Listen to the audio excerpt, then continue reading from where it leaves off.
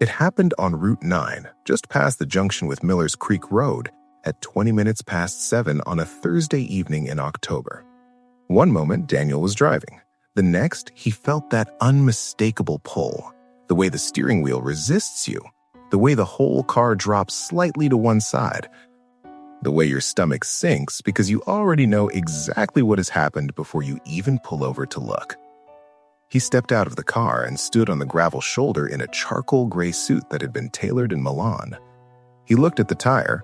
He looked at his phone, one bar of signal, gone before he could use it. He looked up and down Route 9 in both directions.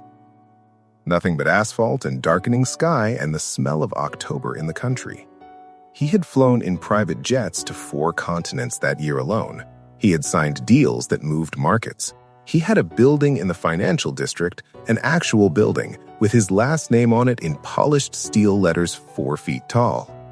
And tonight, on the side of Route 9, with no cell signal and a flat tire and no one coming, Daniel Harlow was just a man who needed somewhere to wait. He stood there for a moment, hands in his pockets, and he looked around. And that's when he saw it.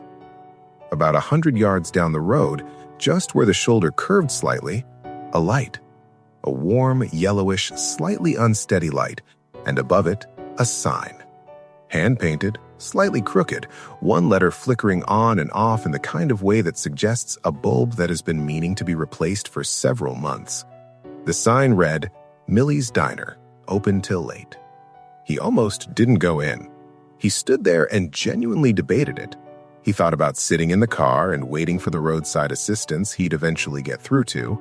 He thought about the drive he still had ahead of him and the early morning he had tomorrow, and the fact that diner coffee at 7:30 p.m. was probably not going to help either of those things. He thought about all of that. And then he walked toward the light anyway. He would spend a long time afterward thinking about that moment, about how close he came to getting back in the car, about how different everything would have been if he had. He almost missed everything. The inside of Millie's Diner was exactly what the outside promised it would be. Red vinyl booths with silver duct tape covering the cracks, a fluorescent fan that wobbled on every third rotation with a sound like it was thinking about giving up. Fluorescent lighting that hummed at a frequency just below the threshold of annoyance, close enough that you noticed it, not quite loud enough to complain about. A pie case near the register with 3 slices left inside it, a handwritten specials board that hadn't been updated since Tuesday by the look of it. It smelled like coffee and bacon grease and something older, something that accumulates in a place over 50 years of the same kind of living happening inside its walls, day after day, shift after shift, conversation after conversation. It wasn't an unpleasant smell. It was the smell of something real. There were a handful of customers scattered across the room. A truck driver at the counter, eyes on his phone, an elderly couple near the window, sharing a piece of pie in comfortable silence, a teenager in the corner booth, head down, earphones in. Daniel stood in the doorway and took it in. And that's when he saw her. She was behind the counter, moving with the kind of efficiency that you only develop after years of doing the same thing in the same space. Coffee pot in one hand, notepad in the other, managing 4 separate things at the same time with the ease of someone whose body has simply memorized the choreography. She was in her late 30s, dark hair pulled back into a loose bun, uniform clean and pressed despite the late hour. She was talking to the elderly couple near the window, and she was smiling at something the woman had said, and the smile was real, not automatic, not performed, just genuine. A small, warm, real moment in the middle of a long shift. Daniel looked at her face, and he stopped moving entirely. He recognized her immediately. 15 years had passed. 15 years of separate lives, of diverging paths, of becoming completely different people in completely different worlds. 15 years. And still, the moment he saw her face, he knew her. Some people are just like that. They stay with you, even after everything. He didn't say anything. He didn't call her name or wave or do any of the things you might do when you recognize someone after a long time. He found an empty stool at the far end of the counter, and he sat down quietly, and he picked up a laminated menu, and he waited. She hadn't seen him yet. She was too busy, too in motion, too far away, not in distance, but in the particular kind of mental distance that exhausted people inhabit when they are still technically present, but running on the fumes of the last several hours of effort. He watched her over the top of the menu. She moved past him once, close enough that he could have reached out, and she didn't look up. She was heading to the kitchen window to pick up an order, and her focus was entirely on the plates in her hands, and she didn't look up. He waited. When she finally made her way to his end of the counter, she set down a glass of water without looking at him. It was automatic. The glass, the water, the slight tilt of her head that meant she was already calculating what came next. She started to move away, and then something stopped her. Some instinct, some particular quality of the stillness at that end of the counter that was different from the usual stillness. She turned back, and she looked at his face. There was a moment, just a half second, just a flicker where everything in her expression shifted, where the professional composure cracked just slightly, the way ice cracks before it decides whether it's going to hold or give way. Then it held. She looked at him for a long moment, and he looked back at her. And in that quiet, everything that 15 years contained passed between them without a single word. She remembered him, of course she did. But the way she reacted, that's what told you everything about who she had become and what her life had required of her. Because she didn't fall apart. She didn't become emotional. She didn't let the surprise of seeing him show on her face for more than that half second. She reached for the smile, that particular smile, the one she had been wearing all evening, the one that was professional and warm and just personal enough to make every customer feel seen without revealing anything true about the person behind it.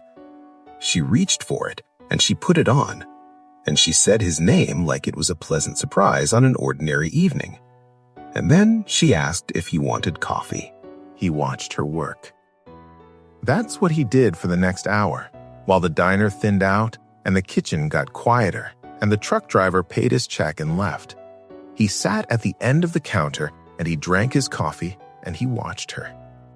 He watched the way she moved between tables without ever seeming to rush, even when she clearly was.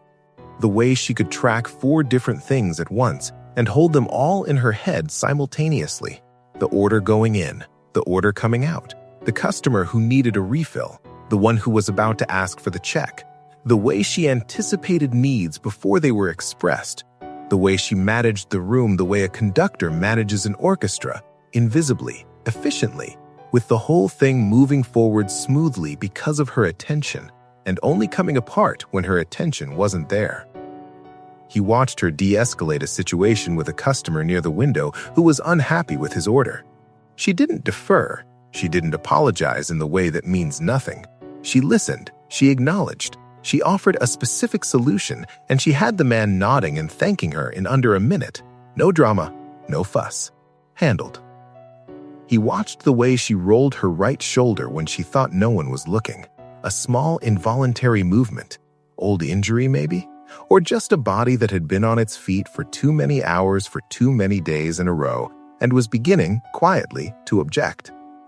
He watched her hands when she poured his refill. They were steady, professional, but just for a moment, just briefly, just for the length of a breath, the coffee pot trembled. And then it didn't, and she moved on as if it hadn't happened. He saw the dark circles under her eyes, the ones that her smile made you forget about for as long as she was smiling, and that came back into focus the moment she turned away. He noticed that she never sat down, not once, not for a moment. Even in the brief pauses between tasks, she was standing, wiping down a section of counter, checking on the pie case, reviewing something in her notepad, always upright, always in motion or on the edge of it. He noticed all of it. And he said nothing because there was nothing yet to say, and because some part of him understood that what he was watching deserved to be watched properly, deserved his full and undivided attention, without commentary, without interruption. Daniel Harlow had a net worth of $1.4 billion. He had not told Claire this, and the longer the evening went on, the more he understood why he hadn't.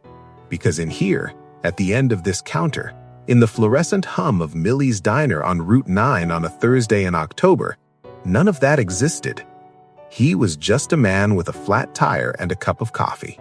And she was just the person who had poured it for him. And there was something in that, something in the absence of all of it, that felt like a relief he hadn't known he needed. When she finally had a moment, when the last of the busy period passed, and the diner grew quieter, and she had a brief window between tasks, she came to his end of the counter, and she didn't immediately walk away again. They talked, carefully at first, the way you talk when you haven't spoken to someone in 15 years, and you're both aware, beneath the surface of every sentence, of everything that has passed in the intervening time. He asked about her. She asked about him. She mentioned that she'd heard he'd gone into real estate, something like that. She wasn't sure of the details. He said yes, real estate, mostly. He kept it vague. He kept it vague because he didn't know entirely why, but he kept it vague. And then they started talking about before. About who they had been at 23 when the world had still felt like something they were designing rather than something they were navigating. About the plans they had made with the certainty that only very young people have, the kind of certainty that doesn't know enough yet to be uncertain. He reminded her about the bookstore. It was their plan back then, junior year. She would run the bookstore, a real one, independent, with a mystery section and a good coffee corner and events on Friday evenings. He would design the building. They had talked about it with the seriousness of people who intended to actually do it, because at 23, they had intended to actually do it. When he brought it up, something happened in her face. Not a collapse, just a shift, the way a door shifts when someone touches it. Not opening, not closing, just moving slightly on its hinges. She said it was a long time ago. He said he knew. She asked what he was doing now, and he said real estate, mostly. And she said he was still vague about the details. And for just a moment, a brief, unguarded moment, she smiled the real smile, not the customer service smile, the other one, the one that was actually hers. Then it passed, and she went back to work. That was when the manager came out. He emerged from the kitchen the way certain people enter rooms, with the specific energy of someone who has decided before arriving that something is wrong. He was heavyset and loud, and he had the particular manner of a man who is small in all the ways that matter and compensates by being as large as possible in the ways he can control. He looked around the diner, he looked at the tables, and then his eyes found Claire, and he spoke to her the way you speak to someone when you want everyone in the room to understand that you have authority over them. He told her that a table hadn't been cleared. He told her that the dessert case was low and that it should have been restocked an hour ago. He told her that it wasn't a complicated job. He said all of this loud enough for Daniel to hear from where he sat, loud enough for the elderly couple near the window to hear it, loud enough that the teenager in the corner booth pulled out one earphone. Claire responded the way she always responded to him, which is to say, quietly, professionally, and without visible emotion. She said she would take care of it. She turned and began taking care of it. The manager disappeared back into the kitchen. The diner was quiet. Daniel sat very still at the end of the counter. His jaw was tight. If you were watching closely enough, you would have seen it. Just barely, just slightly, but it was there. He watched Claire clear the table in question. He watched her do it without hurry, without visible distress, with the same methodical efficiency she brought to everything, as if the last 60 seconds simply hadn't happened, as if she had long since made her peace with that. When she finally had a moment, when the last of the busy period passed and the diner grew quieter, and she had a brief window between tasks, she came to his end of the counter and she didn't immediately walk away again. She asked him quietly if the manager always spoke to her like that. She said that was a good day. She said it without self-pity, without drama, as a simple statement of fact, and somehow that was worse than if she had said it with pain. At 10:47 p.m., the diner was empty. The teenager had gone. The elderly couple had paid their check and left with a warmth that suggested this was their regular Thursday and that Claire was a part of their week that they valued, and that they had no idea what her life actually looked like outside of the 45 minutes they spent in her presence. The manager's car, Daniel had noted it in the lot earlier, was gone. The kitchen was quiet. It was just the two of them at the counter. And in the quiet, something changed. She stopped performing. It wasn't dramatic. It wasn't a moment where she broke down or revealed herself in any obvious way. It was much smaller than that, and somehow much more significant. She simply stopped, set down the notepad, leaned against the back counter just for a moment, just for the length of a breath. And in this stopping, everything she had been carrying became visible. It was in her eyes, in the particular quality of stillness that settles over someone who has been moving fast for a very long time and has finally, briefly, stopped moving. The kind of stillness that looks like rest, but is actually just the absence of the effort of hiding. He told her to sit down. She resisted. He said there was no one left to serve. She sat down, on the customer side of the counter, on the stool across from him, in the place where she had been serving people all evening. She said it felt strange sitting on this side. He asked her when she had last done it. She thought about it and said Tuesday. She'd had 30 minutes before her shift. She sat there and had a piece of pie.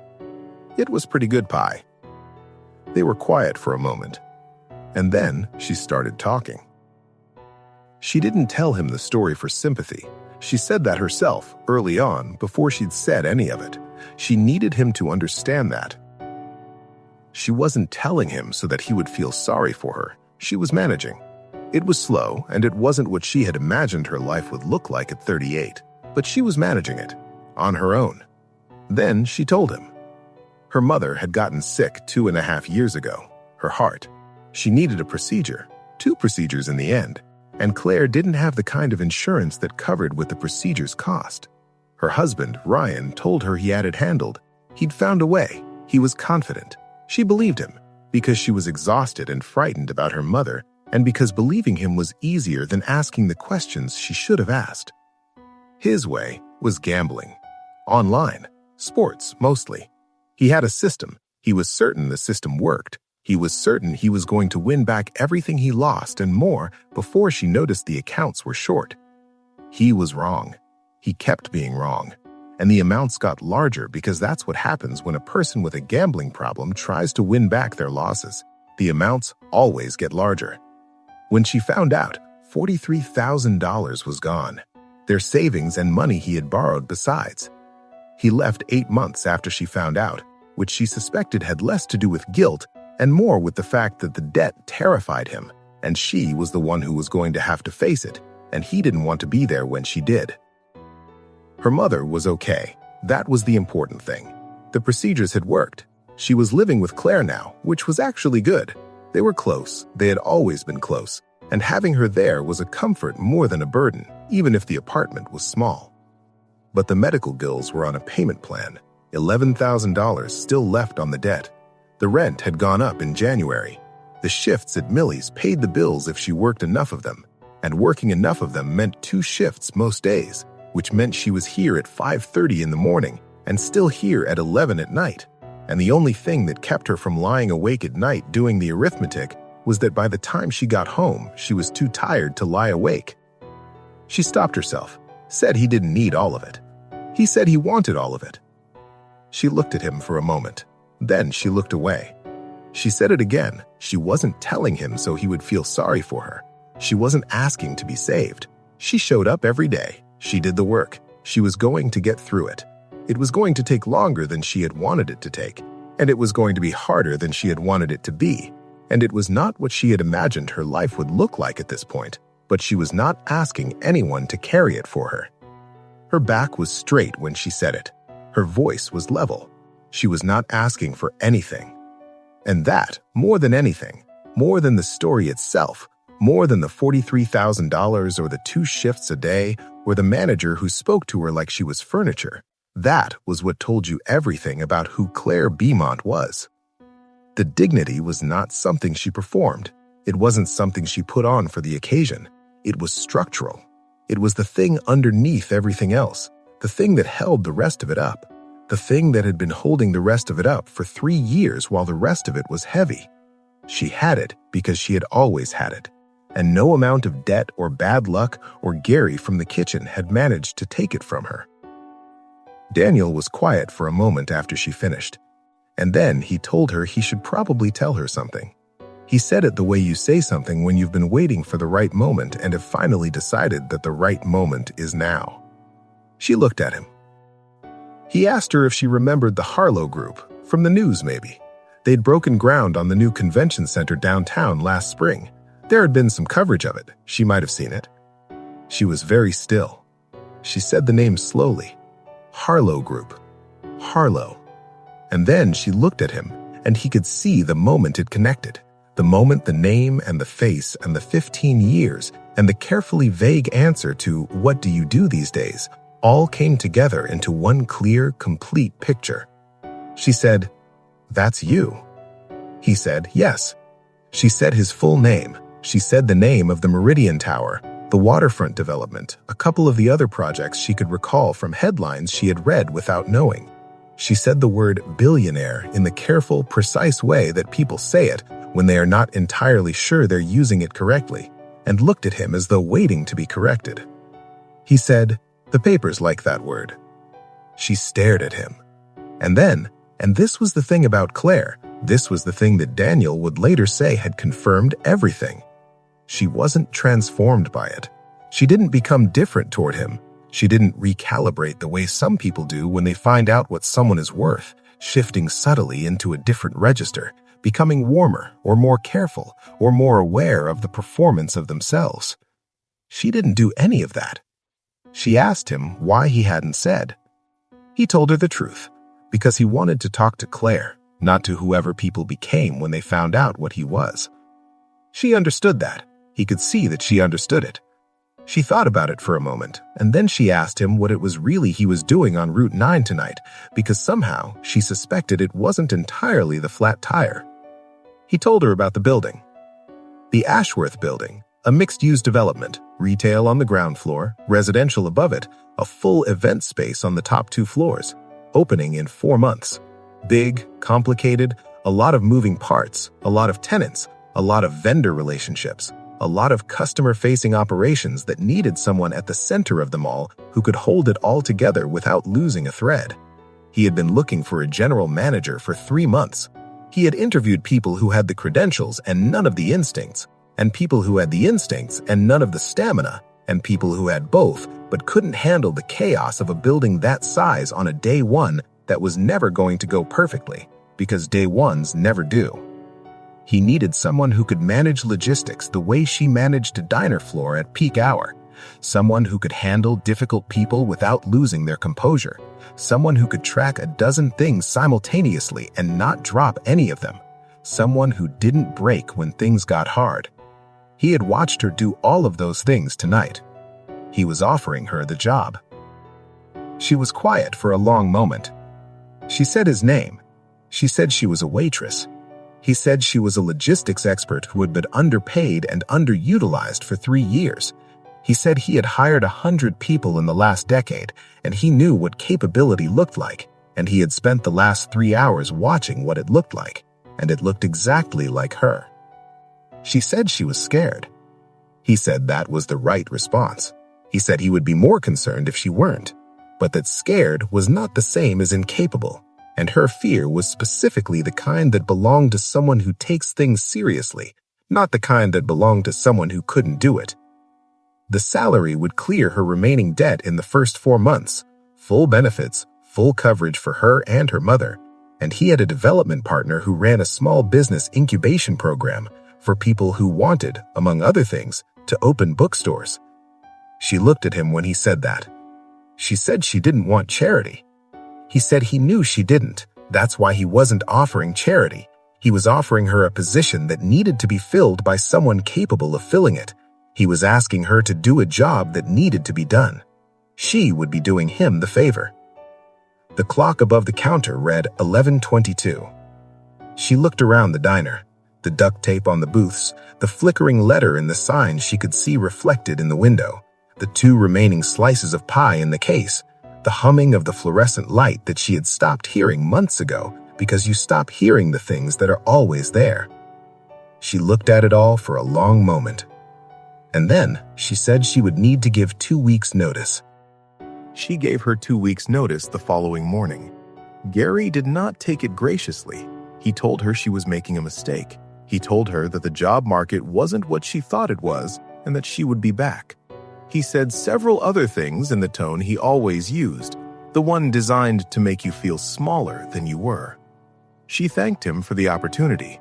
She finished her shift. She came back for 14 more shifts after that, and she did each of them with exactly the same standard she had always brought to them, because that was who she was, and who she was did not change based on who was watching or what was coming next.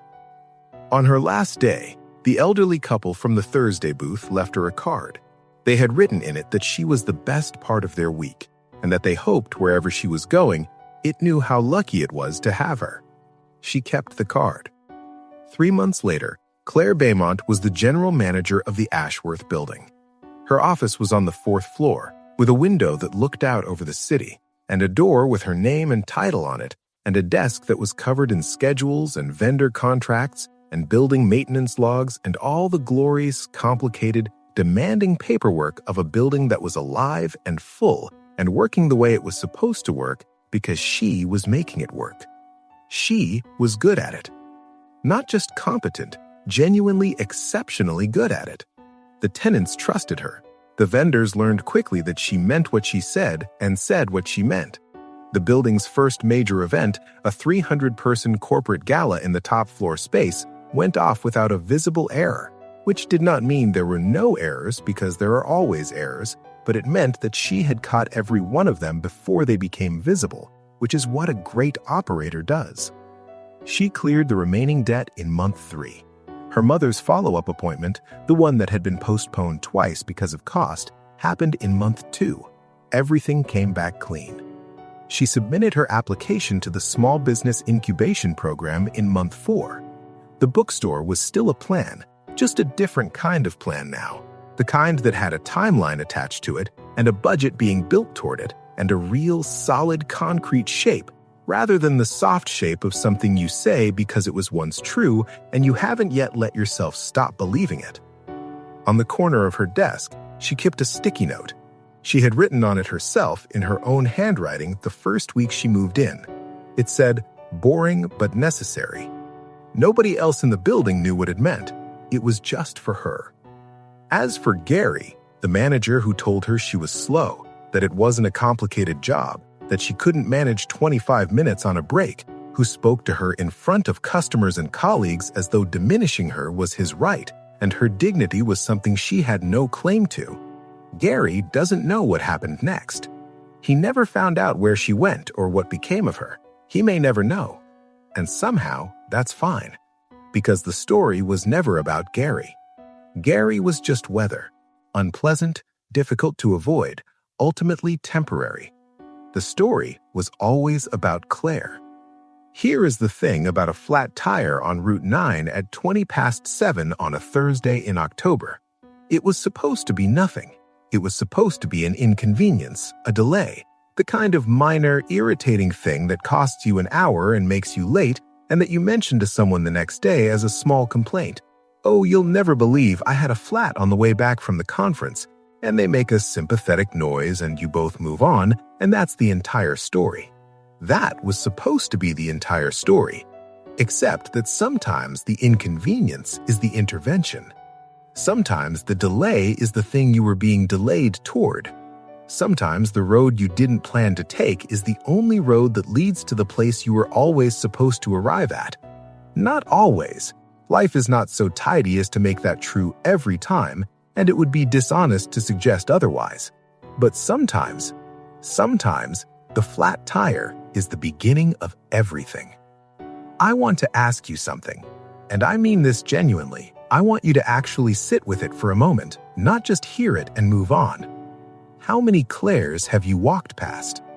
Not necessarily in diners, not necessarily in uniforms, in offices and warehouses, in classrooms, and behind customer service counters, in the break room of the building you work in In the meeting where someone spoke and nobody really listened. In the corridor where someone was moving fast with their head down and you assumed they were fine because they looked fine, because they were very practiced at looking fine. People who were running on fumes and still running. People who were managing things, real things, heavy things, the kind of things that would stop most people in their tracks, quietly, without complaint, without drawing attention to the weight of it, because they have decided that this is what is required of them, and they are the kind of people who do what is required. People who have been told by a bad situation or a bad outcome or a bad manager or just by the long grinding pressure of a life that went differently than they planned, that they are less than they are. When the truth, the actual truth, is that what is inside them is enormous. When the truth is that the capacity they are spending on survival is the same capacity that properly directed, properly supported, properly seen would be extraordinary. How many of those people have you walked past? How many are in your life right now, wearing that smile, performing that fine, carrying that weight, waiting for someone to actually look? I want to be careful about something here because it matters. Daniel Harlow did not save Claire Beaumont. That is not what happened. Claire Beaumont had been saving herself for 3 years, every day, every shift, every morning when she got up at 4:45 to be at the diner at 5:30, and every night when she drove home at 11:30 and sat in the parking lot of her apartment building for 5 minutes before going in, because 5 minutes was all the quiet she got. Every time she kept her back straight when Gary spoke to her in that tone. Every time she told herself that this was a chapter and that chapters end. She was saving herself. She had been saving herself the entire time. What Daniel did was something different, something smaller in a way and something larger in another. He looked at her. Not through her, not past her, not at the uniform or the name tag or the coffee pot in her hand. At her, at the actual person standing behind the counter.